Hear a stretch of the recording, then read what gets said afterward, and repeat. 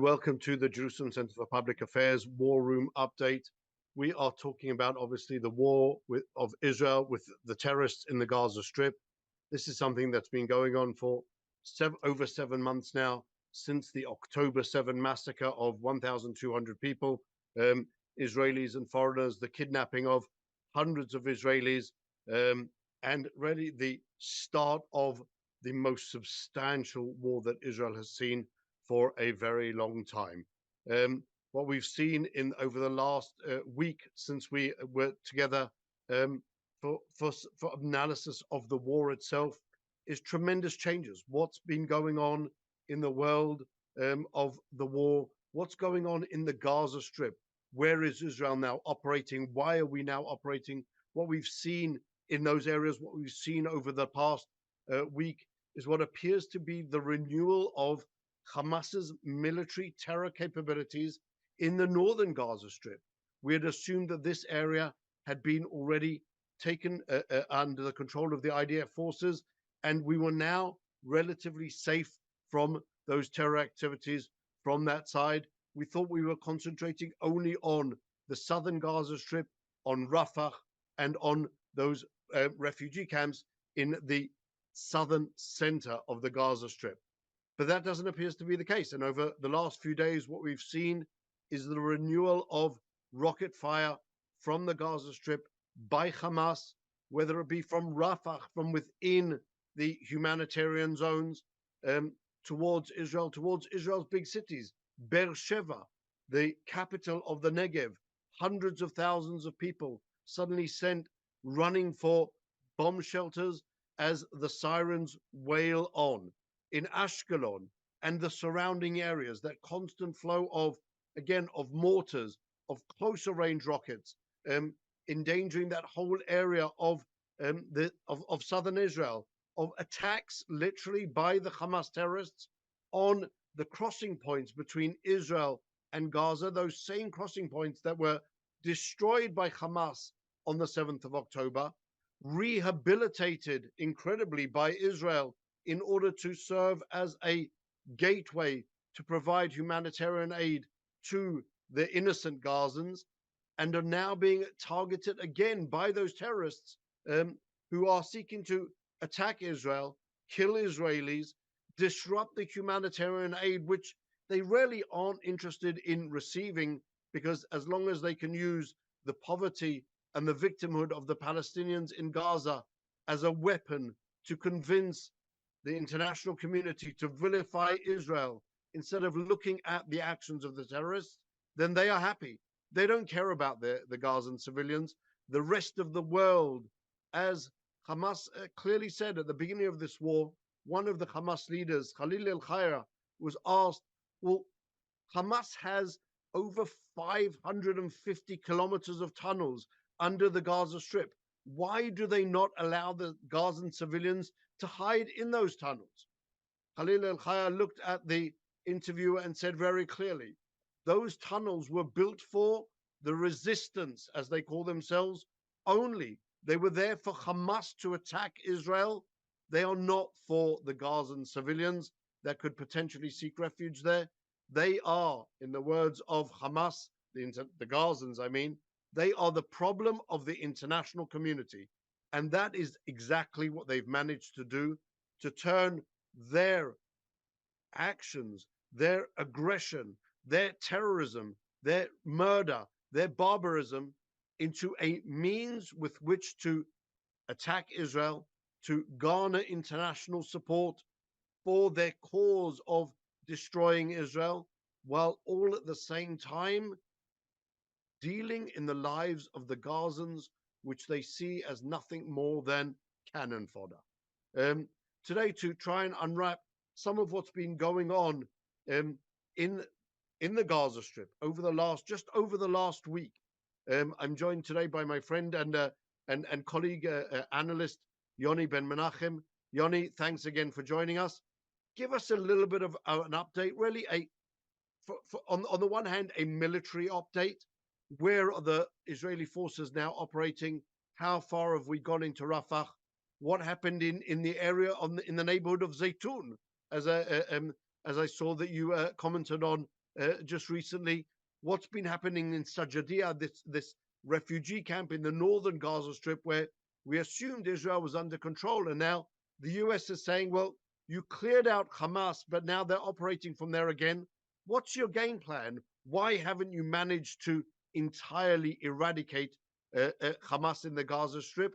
And does that in some way question Israel's long-term plans of taking control of the Gaza Strip and really holding it and preventing Hamas from renewing its governance capabilities and its terror capabilities?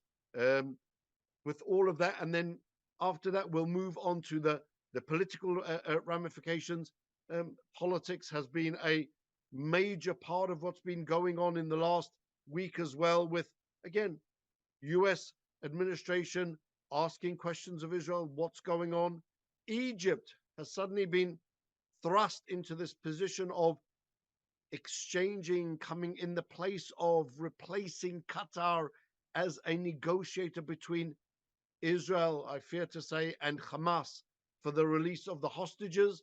And now Egypt has also taken a little bit of a turn against Israel, if we can ever say that they were in favor or supportive of Israel. So, Yoni, let's start with the military side. What's going on? Where are the IDF forces operating, and why are they operating there? Okay, a short remark before we start with the military side. This morning, there was a very interesting visit or meeting of Khalil El-Haya that you mentioned, the deputy of Yahya Sinwar.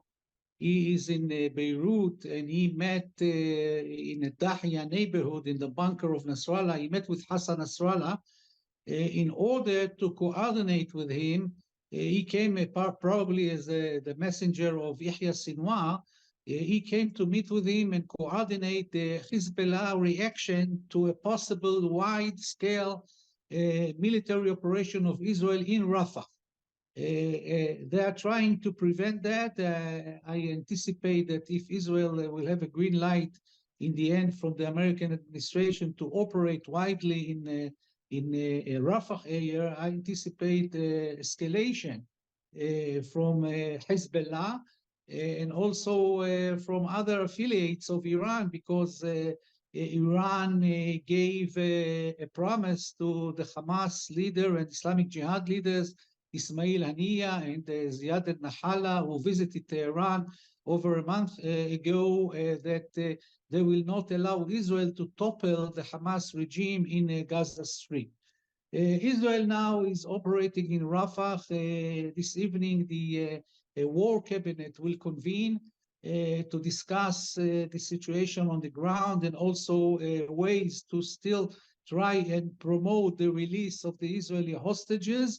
Israel is waiting. It will take a few days until Jake Sullivan, the national security advisor of the Biden administration, he will be coming to the region. He's going to Saudi Arabia, and then he comes to Israel in the end of this week.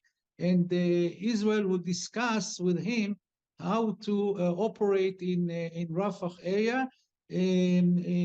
So Israel so far have promised the United States that it will not widen the operation in Rafah until Prime Minister Netanyahu meets with Jake Sullivan, and then they will discuss it. President Biden still insists that Israel should not go and make a military operation in the Rafah area.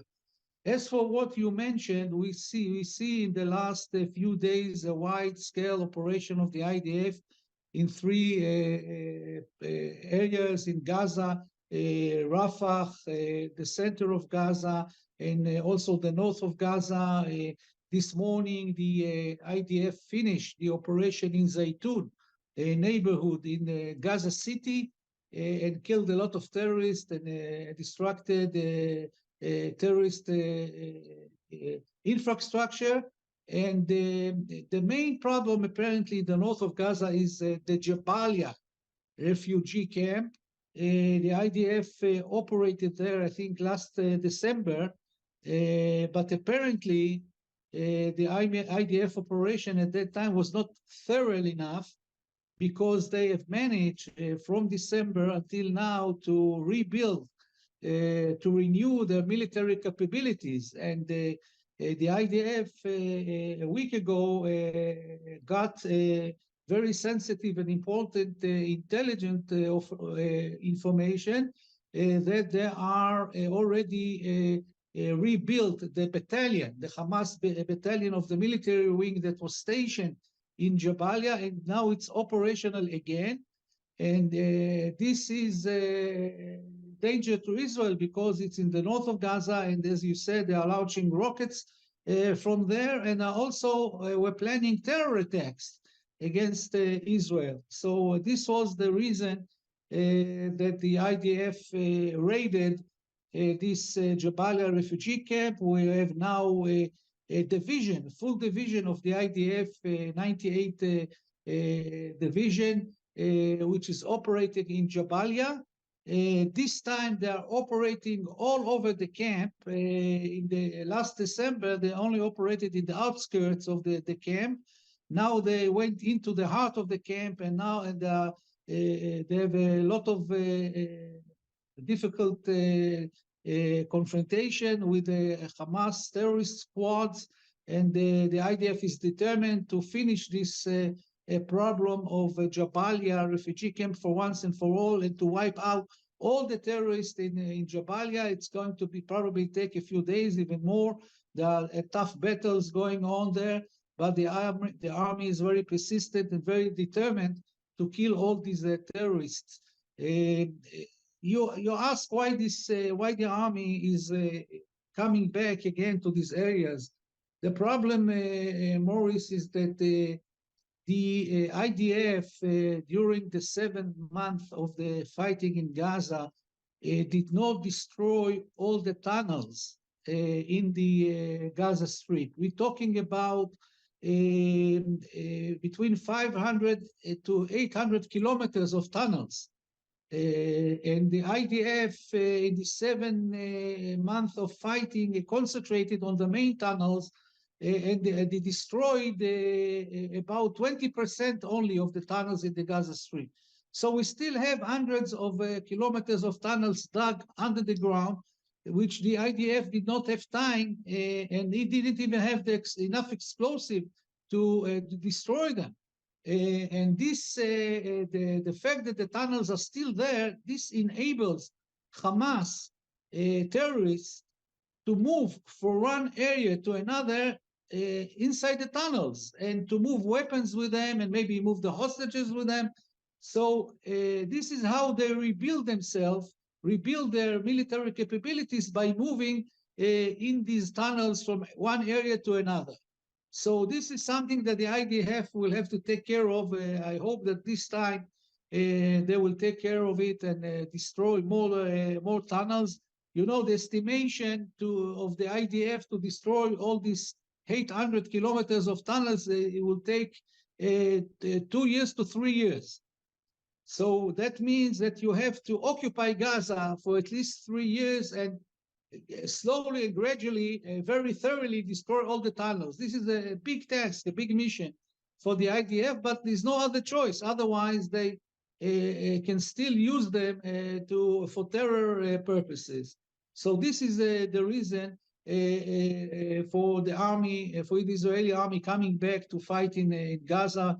And we also have to remember that we only killed maybe half of the personnel of the terrorist organization Hamas. We have between 10,000 to 15,000 terrorists, armed terrorists, still operate in Gaza of Hamas and other factions.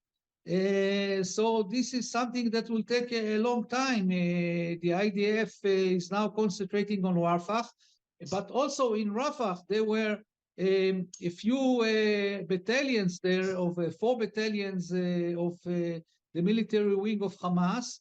And when the IDF started the operation in Rafah, half of them already escaped to Khan Yunis area and to other areas in the Gaza, because they fear the IDF. And they want also to preserve their military capabilities. So this is the reason for what we see now, that the IDF is again operating in Gaza militarily, very large scale operations. So it would seem, Yoni, that this is something which doesn't appear to be clear to everyone, that taking over and destroying all of the terror capabilities that have been built up by Hamas since 2007. Really, they've had 17 years to prepare these terror capabilities, all of the tunnels, all of the rocket launchers, putting them, really embedding them into the environment. That they're very difficult, sometimes almost impossible to identify on the one hand, and then also dismantling this really truly large terror force that had been also created manpower wise. I think, if I remember correctly, the estimates at the beginning of the war were that the Hamas force numbered about 40,000 military members.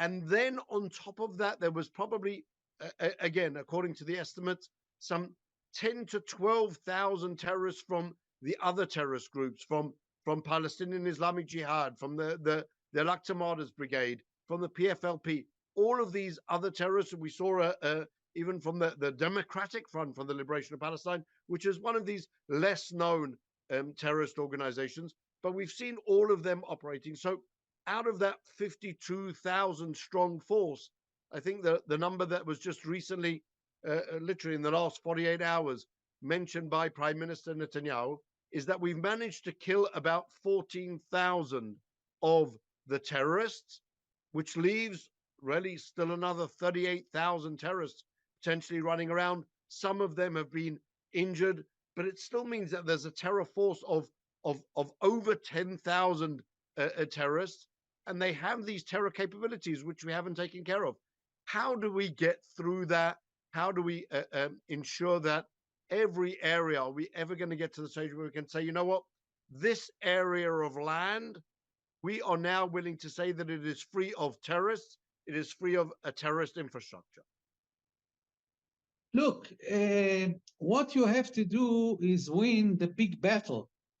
And from the beginning, we knew that you can overcome Hamas and have a victory in Gaza, but this will be a very big and long task to kill all the terrorists of Hamas. This is something that will take a few years.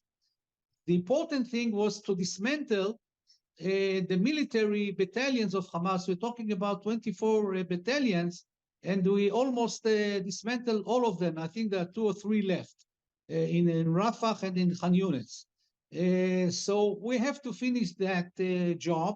And then this is not only, it's not enough in order to topple the Hamas regime in Gaza, which is one of the objectives of this war. This is not enough, because you have to also destroy the civilian infrastructure of Hamas, not only the military infrastructure.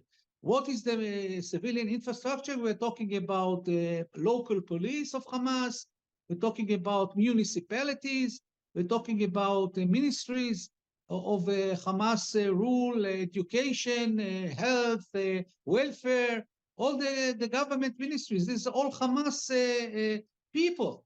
And in order to bring down the regime of Hamas, you have to destroy military and civilian infrastructure. And we didn't even start with the civilian infrastructure. So this is something that will have to be done after we finish with the Rafah area. I'm sure that the IDF understand that, and after we dismantle all the military capabilities of Hamas, which means the 24 battalions, then Israel will start destroying the civilian infrastructure.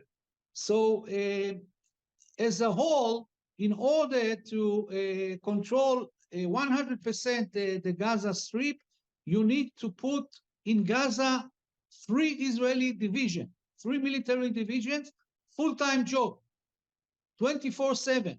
And this is something that we cannot do. So the IDF plans to dismantle the battalions of Hamas in Rafah This will mean that Israel dismantled all the battalions, and then the IDF will move its forces. Of course, there will be some forces left in Gaza, but then all the forces will go up to the north to take care with the problem of Hezbollah and to try and restore a quiet and bring back the Israeli civilians back to their houses, to their homes in the northern border. This is also a very important task. So this is the Israeli plan, and eventually you have to control Gaza fully militarily in order to topple the Hamas regime. This is a long task, but Israel is on the right way. If Israel will be persistent and determined, we can reach this goal, but we cannot, we have to be very patient with this thing. It will take a long time, but we are on the right track, and we need a lot of patience. It seems, Yoni, that maybe we were a little bit premature in our, at least my understanding, that Israel had a much more substantial control of the northern Gaza Strip. At least that stronghold, that foothold, had already been established. And it would seem like that movement of the terrorists from south to north is something which is still current. It's still there on the picture. We know that the Israeli forces, as part of the strategic plan for the Gaza Strip, are holding what's called the Netzarim corridor. We talked to our audience a little bit about the Philadelphia corridor, which is that area strip of land adjacent to the border between the Gaza Strip and Egypt. But the Netzarim corridor is really an area which cuts the Gaza Strip in two, the northern area and the southern area. What it appears is that that foothold on the ground isn't yet substantial enough or isn't sufficient in order to prevent the movement of the terrorists from underneath the ground from the south to the north. Is that something which you understand Israel is doing more to deal with on the ground, also in that corridor to try and prevent that movement from north to south and from south to north? This Netzarim corridor, which is dividing the strip, the Gaza Strip, to two parts, is mainly to prevent the displaced Palestinians from coming back from the south of Gaza to the north of Gaza. They cannot. They have to move on the ground. They cannot go into the tunnels. Hamas does not allow them. So the only way they can do it is on the ground, and this corridor prevents that. So it's very efficient as concerning the civilian population. But as for the terrorists, apparently the IDF did not discover yet all the secret tunnels that are connecting the south of Gaza with the north of Gaza.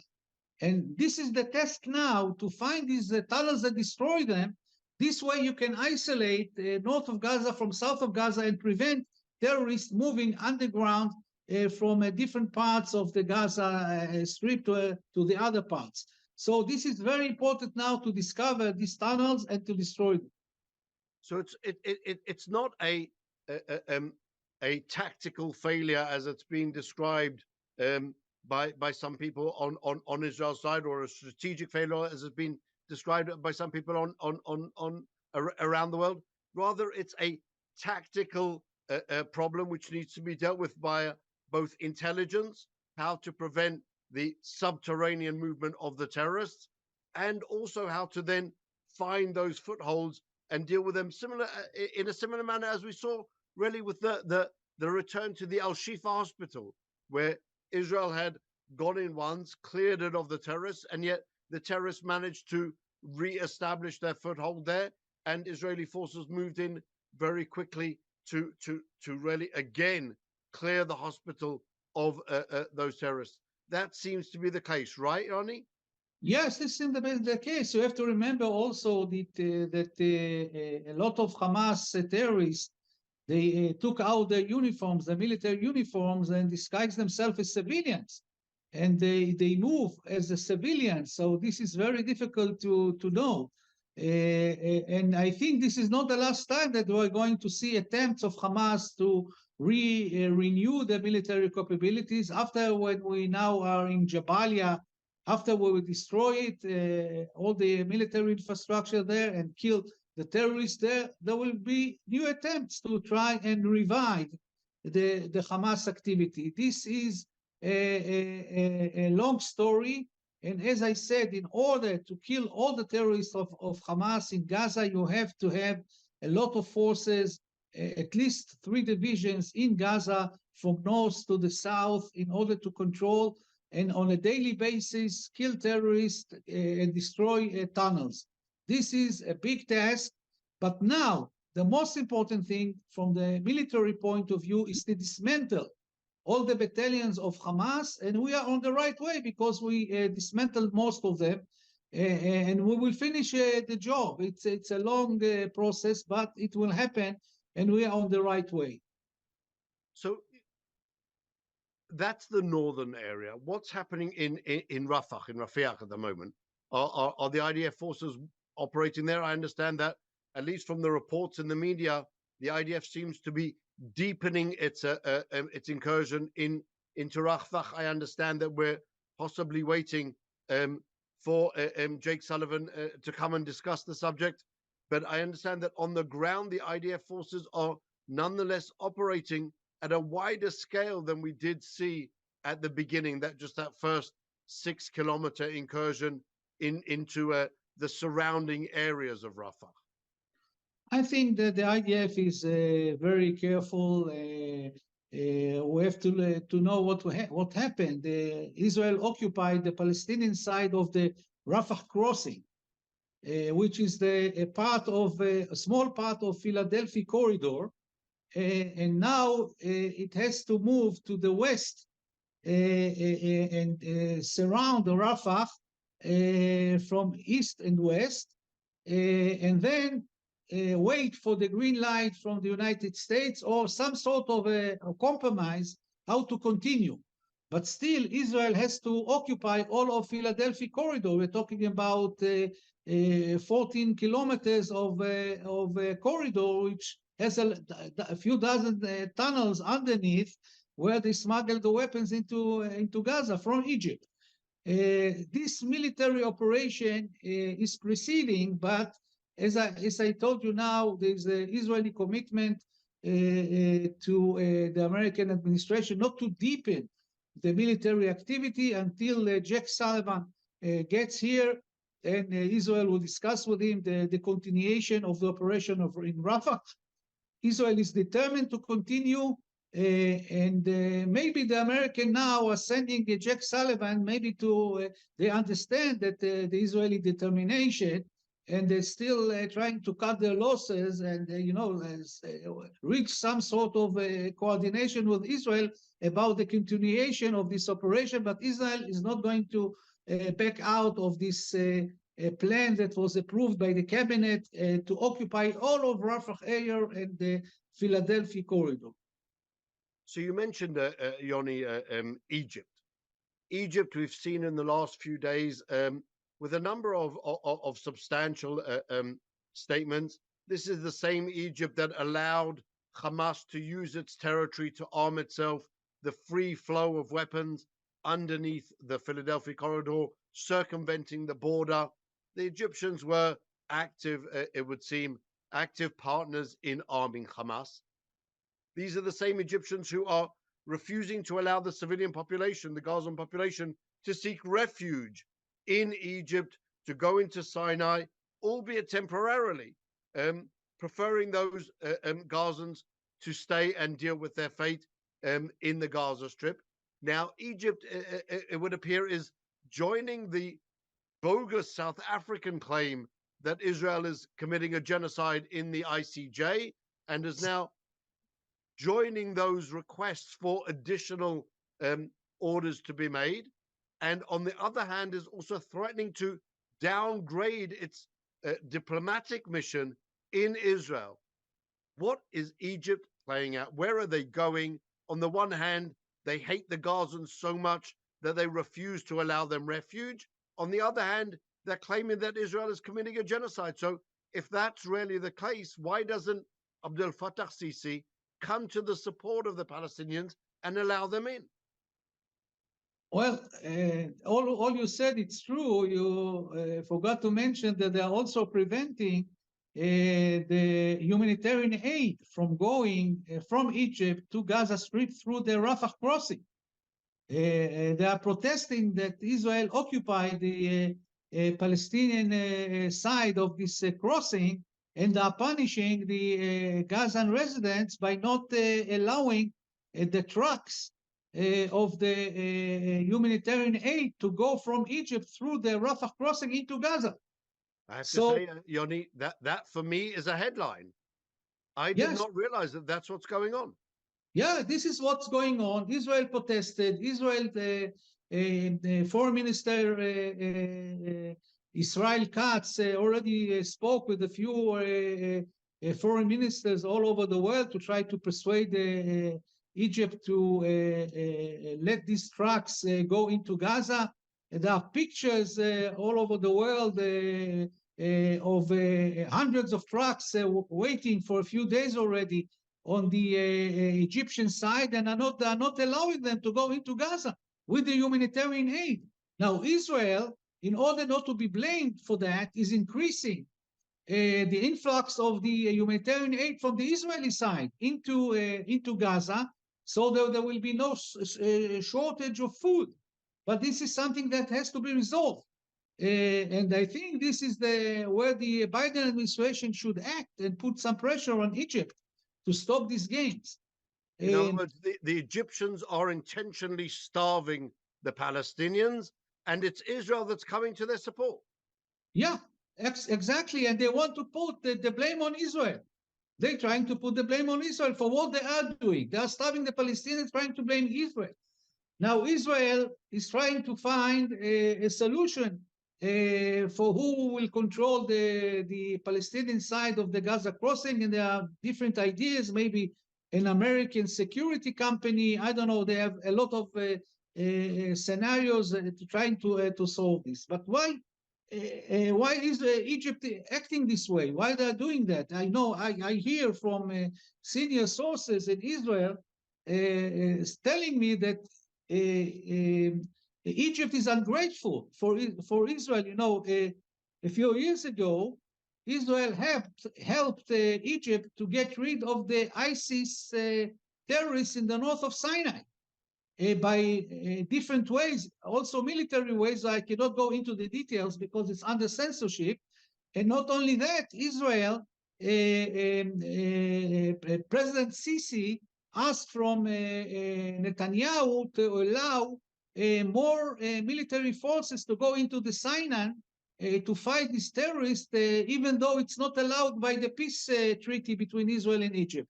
And Israel approved that and let more forces of the Egyptian army to go into Sinai to fight the terrorist group and destroy them.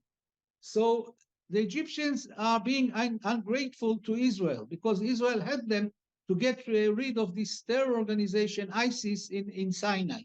Now, when we need their help, they are putting up obstacles and they are trying to sabotage the Israeli military operation in Rafah, even though Israel did not violate the peace agreement between Israel and Egypt concerning what is happening in the border. There are no violations. Israel has been very careful.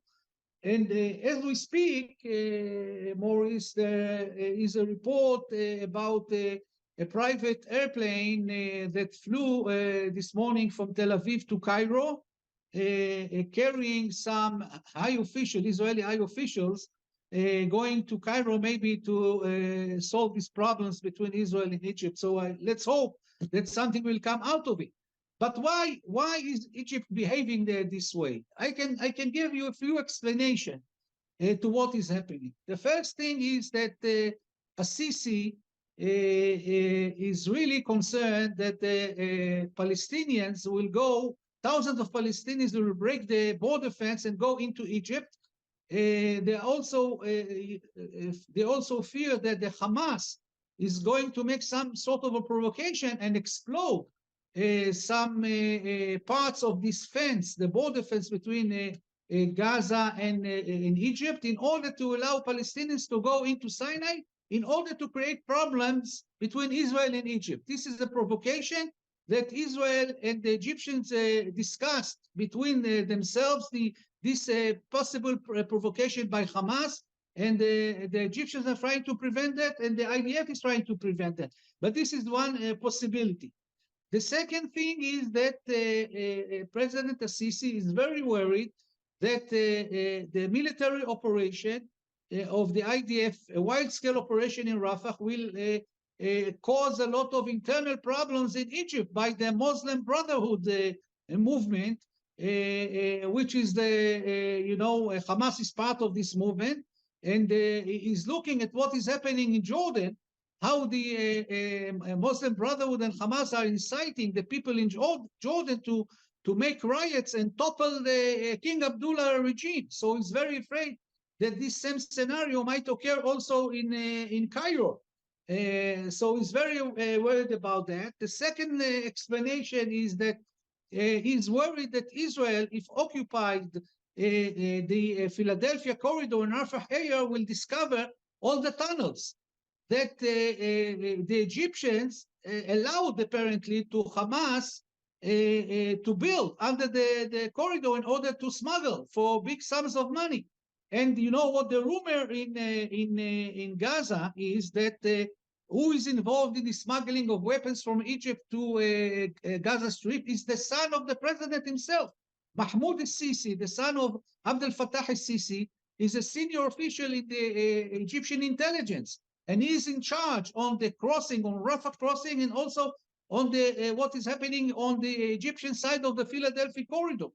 So there are rumors in Gaza that he's getting a lot of money. He was getting a lot of money to allow Hamas to move these shipments of weapons in the tunnels from Egypt to Gaza. So, isn't this the same Abdel Fattah Sisi that really deposed a military coup, and threw out the Muslim Brotherhood representative Morsi, Mohammed Morsi, really taking control, dictatorial control, away from the hands of the Muslim Brotherhood? So there, when it was convenient for Morsi, he was fighting them. Now, when it's less convenient, he's fighting. Ostensibly, he's helping Hamas. And how does that all put together? Where just recently, if I understand as well, he received a lot of aid from the U.S. administration because of his efforts against Hamas. What you're describing here is an exact opposite. Is that what he's really afraid of? Really, the whole bluff being exposed, that his son was actually potentially involved in this whole effort to arm Hamas? That's what's going on there?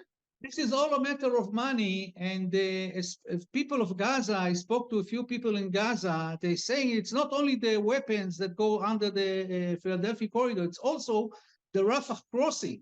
If a Palestinian, since the beginning of the war, there were a few Palestinians, they wanted to go to Egypt to run away from Gaza. And they were required by the Egyptian intelligence, which is headed by Mahmoud al-Sisi, to pay for each Palestinian that wants to cross the border from Gaza to Egypt, to pay between $5,000 to $10,000 for a person, per person, to cross the border. And some of them did not have choice. They wanted to run away in the beginning of the war. They had to pay this money. So all this money, all this thing is an industry of money on what is happening on the border between Egypt and Gaza. The crossing itself, the Rafah crossing, and also the Philadelphia corridor, where the weapons is going under. It would seem that the Egyptians have a lot to gain financially, or the Egyptian leadership have a lot to gain from the Palestinian suffering. Exactly. And the Israeli Shin Bet was saying all along that these huge quantities of weapons, sophisticated weapons from Iran coming into Gaza, they're not only coming from the underneath the Philadelphia corridor, they're coming also from the Rafah crossing. And they are paying, Hamas is paying a lot of money for the Egyptian official of the intelligence, Egyptian intelligence in the Rafah crossing itself in order to transfer these weapons with trucks into Gaza on ground and underground. So this is how we see how the Gaza Strip is so full of weapons. This is the reason. And that's just incredible, because this whole effort that really international effort to demonize Israel, claimed that Gaza was this open air prison, and yet it would seem that the free flow of goods from Gaza or from Egypt into Gaza was even more substantial than we had ever imagined, not only through the tunnels, but also above ground as part of Egyptian complacency, support for Hamas. Is that something that's coming out now? I think it's more of, I don't know if they support Hamas. I think they want, they're afraid, you know, until 2017, Hamas in Gaza, the military wing of Hamas in Gaza, they participated in terror attacks inside Egypt, in cooperating with ISIS and the Muslim Brotherhood against the Sisi regime. Once in 2017, once Yahya Sinwar was elected in the internal elections of Hamas to become the leader of Hamas in Gaza, he cut a deal. He cut a deal with the head of the Egyptian intelligence, Abbas Kamel. He cut with him a deal that Hamas will stop making terror attacks in Egypt, and in return, Egypt will open the Gaza crossing 24/7. So they will have a lot of possibility of movement from Gaza to Egypt and bring in goods, and people can travel abroad and so on. So this was a deal. Now, apparently, Egypt is afraid that if they will not assist Hamas, Hamas will resume in the future the terror attacks in Egypt itself, like they did until 2017, blaming the Egyptians that they did not help them during the war. So now they're trying to hold the sticks from two sides. Really, Egypt's own internal governance suddenly becomes Israel's massive strategic problem in dealing with that crossing area, in dealing with the ability to stop and stem the flow of arms. That's something which I don't think many people really understand, of that duplicity, of that dual purpose. Also, that Israel, that Egypt has been playing in this whole both the build up to the massacre and thereafter. It reminds me of the claims that we heard almost at the beginning of the war, and soon after the massacre, that Egypt had ostensibly warned Israel that something was going to happen. This would seem to be a complete oxymoron compared to what you've just described. Yes, well, this claim was never has never been established, that they warned Israel that something is going to happen, and there's no confirmation for that. We'll have to wait and see. After the end of the war, there will be some inquiries on exactly who warned whom. But yes, I remember this story very well. Exactly what information was available and who provided it. It's something which I think we need to be able to see long term, looking back. I'm not sure that in the fog of the war we're even capable of stopping and reassessing. And what about that political threat from Egypt to downgrade its diplomatic relations? Is this something which should worry Israel? Well, it should worry Israel, of course, because this can cause a domino effect. You know, there are other Arab countries that we have normalization with, we have embassies, we have ambassadors. Yes, but still, I saw the press conference of the Egyptian Foreign Minister Sameh Shoukry, and he made it clear that they are not going to abolish the peace agreement with Israel. And he said, and he repeated it a few times, that this is a strategic goal of Egypt to have peace with Israel. So I told you what is in my opinion, the Egyptian motivation for their behavior concerning Rafah and the border between Egypt and Gaza. But I don't think that they are going to take it that far and cancel the peace agreement with Israel. Yoni, as ever, unfortunately, whilst the analysis still needs to be widened and broadened and deepened, unfortunately, our time has run out. Something that we're going to see, from your opinion, in the next, I won't even ask for a week, just in the next few days, as Jake Sullivan comes to visit Israel, as this whole process with Hamas deepens and develops, what are we likely to see?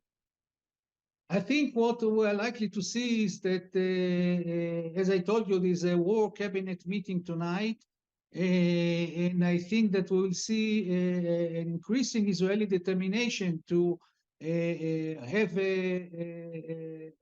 some military achievement in Gaza and focusing again in Khan Yunis area, where, according to Israeli intelligence, Yahya Sinwar is hiding there, and with the military leadership of Hamas.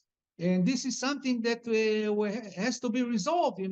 This is killing them or capturing them or deporting them is something that can influence the results of the war very quickly. So Israel has to put an emphasis on this issue. On trying to ensure that the Hamas terrorists are indeed neutralized in one way or another, whether they're killed or captured. I think that's something definitely that we need to follow on with and see where that's actually going, how much of that Hamas force has actually been destroyed, how much is left to fight, and what capabilities they still have. The rocket capabilities seem to have been maybe substantially dilapidated, but definitely not destroyed in their entirety. Yoni, thanks for the analysis. We will be back with you again out to our audience already early next week. We're now going into that period of really uncertainty as to exactly what is going on. So please do join us again for our further analysis on the situation on the ground and the wider picture as well. For those of you who wish, on the side of the JCPA, you can click on the YouTube icon and subscribe to our YouTube channel. For those that desire as well, there's also a donation icon to click on.